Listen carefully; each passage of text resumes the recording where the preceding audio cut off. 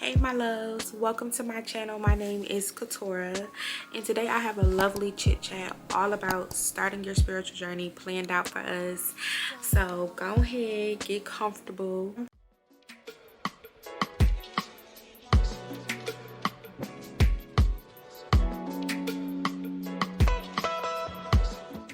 I'm probably not gonna do a whole bunch of editing because I want this just to be like a talk amongst us, just about spirituality, about starting your spiritual journey, and things that I've learned, things that have helped me, and what I think might help you. I came with notes.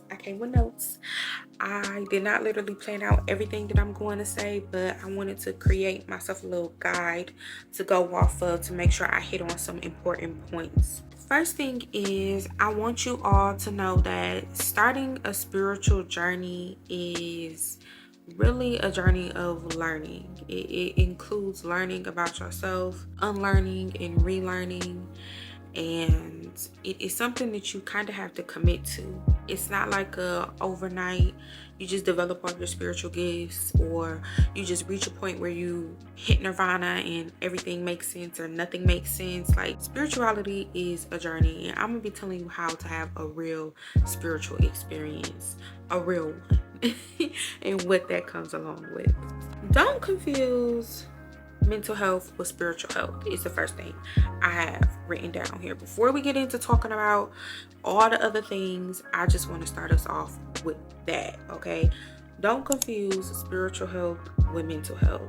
Now, the two can influence each other, and both are important, and sometimes how you're doing in one area can impact the other area. Like how you're doing mentally can impact how you are spiritually, and vice versa, but the two are not the same thing. And me saying that is really because if you feel like you're starting a spiritual journey because you are having trouble mentally, know that starting a spiritual journey is not a substitute for talking to a mental health professional, or like seeing a therapist, or seeing somebody who is licensed to help you in that way. And I'm not saying that to say that like being on a spiritual journey cannot help you in that way. I just like to think of spirituality in a practical sense, in a logical sense, in a realistic sense. So if you're really having concerns with your mental health and you feel like you need to speak to somebody, do that, please. And it might actually benefit you on a spiritual level as well. Another thing is that everybody has their own journey. You're watching this video, I'm gonna share things that have to do with me and my journey, things that have helped me, so on and so forth. Know that you can resonate with what I'm saying, and you cannot resonate with what I'm saying. Certain pieces you might be able to relate to and you feel like might be applicable to your life and your journey and what you got going on. Other pieces you might feel like, girl, no, hell no, I don't know what the fuck you talking about. That don't make sense to me. That is perfectly fine with me, because I'm not here to try to convert anybody to anything or teach anybody anything that they are not ready to receive, or that they are not ready to apply. And if it just don't make sense to you, or you just, whatever, I feel like a good skill to have as a spiritual person is discernment. And discernment is basically like knowing when something is for you and when it ain't. When to make a certain decision and when not to, or when to go left or when to go right. So cultivating your skill of discernment, you should be able to listen to anything I say and anybody else who is a spiritual teacher or anybody who talks about spirituality, and see if that actually applies to your life. Okay, so that's just my little disclaimer before I get into talking about everything. That is my little disclaimer. What is a spiritual journey? What is a spiritual journey? And better yet, what does it mean to be spiritual? Now, I'm at a point on my spiritual journey where I feel like I've always been spiritual. All the self-reflection I've done, all the time and energy I've put into thinking about my childhood, thinking about the situations that have led me to believe in what I believe in today, I feel like we're all of spirit. I feel like everything is of spirit, however you choose to describe it.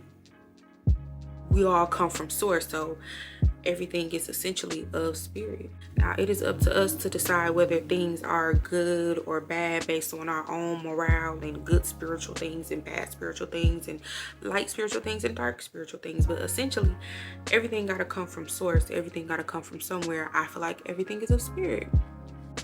I say that to say, like, you making a conscious decision to be more aware of what's happening on the inside of you, making a conscious decision to be more aware in general of just what's happening around you and how your thoughts influence the outer world, and all of that makes you have a spiritual experience. Because once you attune yourself to paying attention to these things, you will start to see like synchronicities and angel numbers and signs and symbols, and you will be manifesting a lot of situations where you feel like, is that a coincidence? Is that a coincidence? Is that a coincidence? No, it's not a motherfucking coincidence. You're on a spiritual journey. I say that because it is your conscious awareness that makes you realize that you are on a spiritual journey. But essentially, we all are of spirit. I like to describe being spiritual or being on a spiritual journey as the journey back to oneself. And this journey back to oneself involves learning and unlearning and relearning, spending time with yourself, self-reflection. In the typical understanding of being on a spiritual journey, we see it as being characterized by understanding your spiritual gifts. Some people get into spirituality and they're trying to open their third eye, or they have visions, or they want to have visions, or they want to be able to divine, or they want to be able to see things clearly, understand their dreams, find purpose, so being on a spiritual journey can be characterized by understanding your spiritual gifts. But I don't think that is just it. You know what I'm saying? We all don't have to be a psychic or a reader or a diviner or an astrologist per se to recognize that we're on a spiritual journey. I don't think those two have to coincide. I don't think the whole wanting to learn about your spiritual gifts has to coincide with you being a spiritual being, right? Because you are a spiritual being regardless of your conscious awareness of it or not. That's the point that I'm trying to get at. So you deciding to be on a spiritual journey just means you are being conscious of what is going on with you spiritually, just like you would want to be conscious of what's going on with you physically or mentally. You recognize when you're hungry, so you eat. You recognize when you're tired, so you go to bed. On a spiritual level, it's like, I recognize I need to understand my purpose here. You know what I'm saying? Or I recognize I need to heal, or I recognize that I need to have a better experience, or I need to help others, so on and so forth. So we're always on a spiritual journey. It's just really where your mind is at, where your conscious focus is at. And you will find that once you start to focus on spiritual things start to happen to you. And now you are in the experience. You are in and on the journey. Period. With that being said, I feel like you really can't say you're on a spiritual journey if you are not comfortable with getting uncomfortable. Okay, you can't say you're really on a spiritual journey when you are not ready to shift the way that you think in different ways, do your own research, pick up a book, have a new experience. Like, I feel like an integral part of the spiritual journey is understanding change and understanding the possibility that comes with making conscious changes and trying new things and, creating new habits, holding yourself accountable. All of those things I feel like are a part of being on a spiritual journey and then going on to create a serious spiritual practice. And that spiritual practice involves you setting certain goals for yourself, being more intentional about how you spend your time, what you do, what you say, where you go, who you talk to, all of those things. It has to be a series of consistent changes in order for you to have this spiritual growth.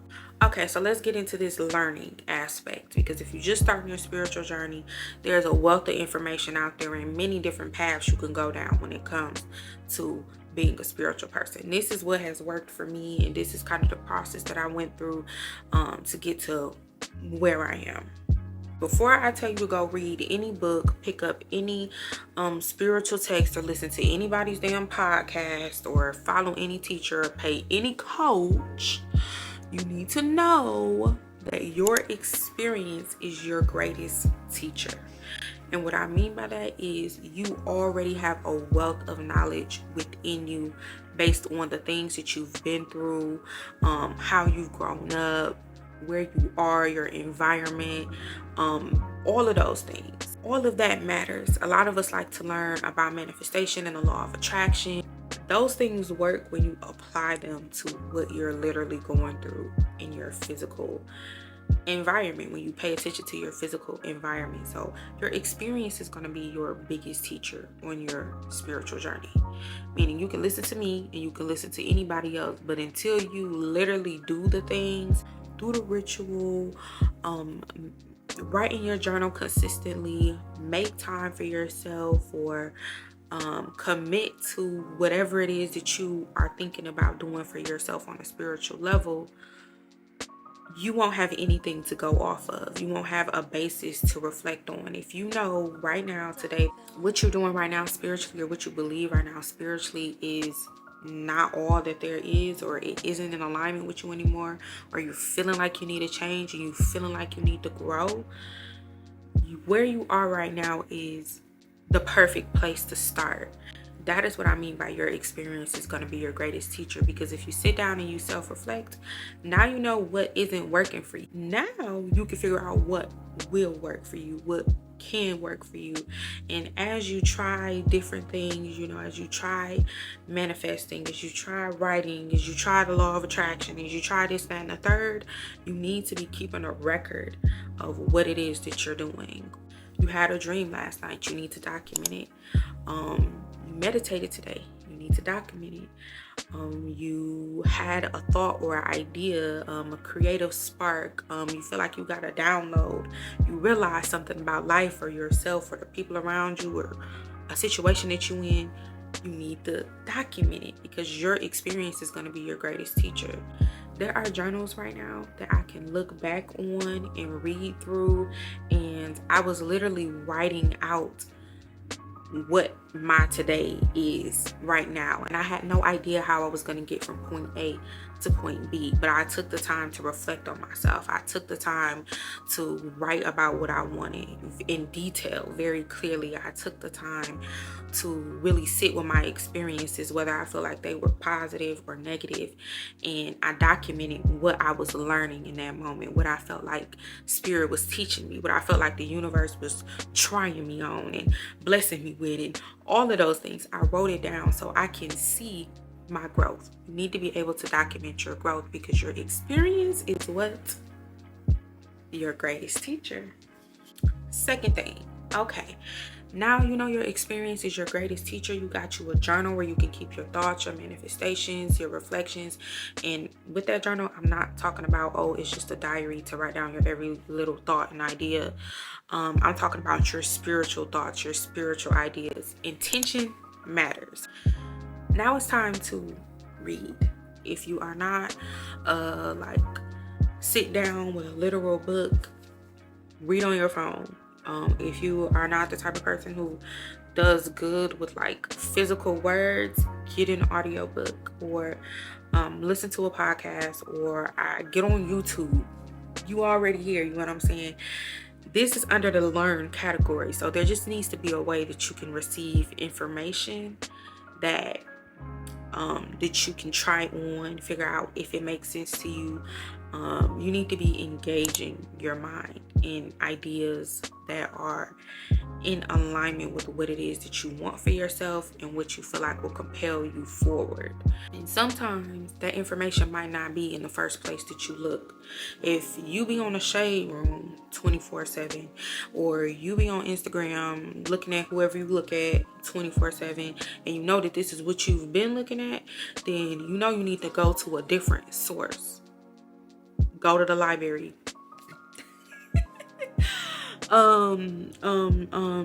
Get a Kindle Unlimited subscription or something like that. I don't know, but you need to find a different source. Where are you getting your information from? You know what I'm saying? We are living in a time and an age and a day where we are bombarded with information. Is that information actually helping you? Do you get off of Instagram, or you log off of TikTok, or you log off of this, or you log off of that, and you feel drained? You need some positive information. You need information that's going to make you feel like you learning something, that's going to spark you up, get you interested, and whether you are ready to take the physical steps that you need to do right now in the present, listening to it long enough will help you manifest what it is that you need to manifest. Listening to positive messages, affirmations, I don't know, readings, reading spiritual texts. For me, I'm recommending spiritual texts today that are written by Black women or women of color that helped me on my spiritual journey. But I kept my nose in a book. And I don't know, maybe it's just me because I like to read. That was an integral part of my journey. I also listened to a lot of podcasts, and I listened to women who looked like me and came from similar backgrounds as me, who were manifesting, who were doing their thing. You know what I'm saying? So you gotta find people who are in alignment with you. If the old way ain't working, we gotta find a new one. This is how you really embrace your spiritual journey. I feel like one of the most important lessons I've learned on this journey is that you have to be open to receiving information in ways that you would not normally receive it. You have to create more avenues for receiving the information that you think you need, or receiving the messages from spirit that you think you need. That means you need to buy the books, you need to go out into nature, you need to, network with different people, talk to different people, spend your time, doing different things. You have to create more avenues for your manifestations to come to you. So if you know you have a goal to do XYZ thing, right? You need to be in spaces that will help you gain more information on XYZ, or meet someone else who genuinely knows about XYZ. You know what I'm saying? So you have to position yourself for what it is that you're trying to manifest, and you have to position yourself to receive what it is that you're looking for. You can't just sit in place doing the same old things and then just expect to grow spiritually. Going back to experience is your biggest teacher. If you're not out here living your life, if you're not making the mistakes, if you're not having the challenges, if you're not doing the things that you want to do while you're scared, or doing the things that you want to do now in the present, then how are we ever going to know whether we're growing spiritually or not, whether it's working or not? Okay, so books that I read that helped me, The Woman Code. It is a real good book for getting clear on your purpose, your skills, your values, particularly as a woman. This is one of the very first books that I read, getting clear on myself, just what it is I wanted to do, what I felt like my purpose was outside of my job, my roles, and my responsibilities to other people. But like, who was I on a spiritual level, on like a soul deep type level? So I would definitely recommend that book. And it has a ton of exercises, like a ton of journaling prompts, and it's just real good to activate your mind. Sabrina Jackson Gandy's All the Joy You Can Stand. This is one that I feel like was written specifically for Black women. I mean, I don't know if she said that in the book, but a lot of the experience that she shares, like, I feel like it's coming from a true Black woman perspective. So that's something to keep in mind. Secondly, the book is just good. Like, it's good. If you want to learn more about Sabrina Jackson Gandy's All the Joy You Can Stand, go check out my podcast page, because I wrote a whole review and recommendation of the book, because it was just such a good book. Okay, go check it out.